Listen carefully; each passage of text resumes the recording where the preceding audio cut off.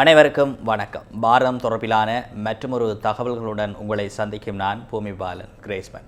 தமது நாட்டுக்கு எதிரான நேரடி போரில் வெற்றி பெற இயலாது என்பதால் பாகிஸ்தான் மறைமுக போரை நாடியுள்ளதாக இந்திய பிரதமர் நரேந்திர மோடி குற்றம் சாட்டியிருக்கின்றார். பயங்கரவாத செயற்பாடுகள் மறைமுக போரல்ல எனவும் அவை நன்கு திட்டமிடப்பட்ட போர் யுத்திகள் என நிரூபிக்கப்பட்டுள்ளதாகவும் இந்திய பிரதமர் குஜராத்தில் இன்று நடைபெற்ற நிகழ்வொன்றின் போது உரையாற்றும் போதே இதனை குறிப்பிட்டிருக்கின்றார்.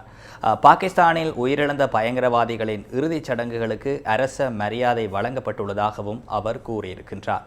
பயங்கரவாதத்துக்கு எதிராகவும் தக்க பதிலடி வழங்கப்படும் என இந்திய பிரதமர் நரேந்திர மோடி மீண்டும் இன்று உறுதிப்படுத்தியிருக்கின்றார். இதனிடையே பயங்கரவாத எதிர்ப்பு நடவடிக்கைகளுக்கு வர்த்தகம் மற்றும் நீர் பகிர்ந்தளிப்பு உள்ளிட்ட பிரச்சனைகள் தொடர்பில் இந்தியாவுடன் கலந்துரையாடுவதற்கு தாம் தயாராக இருப்பதாக பாகிஸ்தானின் பிரதமரும் தெரிவித்திருக்கின்றார். ஈரான் ஜனாதிபதி மசூத் செபஸ்கியுடன் இடம்பெற்ற சந்திப்பின் போதே பாகிஸ்தான் பிரதமர் இவ்வாறு குறிப்பிட்டிருக்கின்றார். தெற்காசியாவில் நிரந்தர சமாதானத்தை ஏற்படுத்துவதில் தங்களுக்கான கடமைகளை பாகிஸ்தானும் ஈரானும் இதன்போது மீண்டும் உறுதிப்படுத்தி இருக்கின்றன.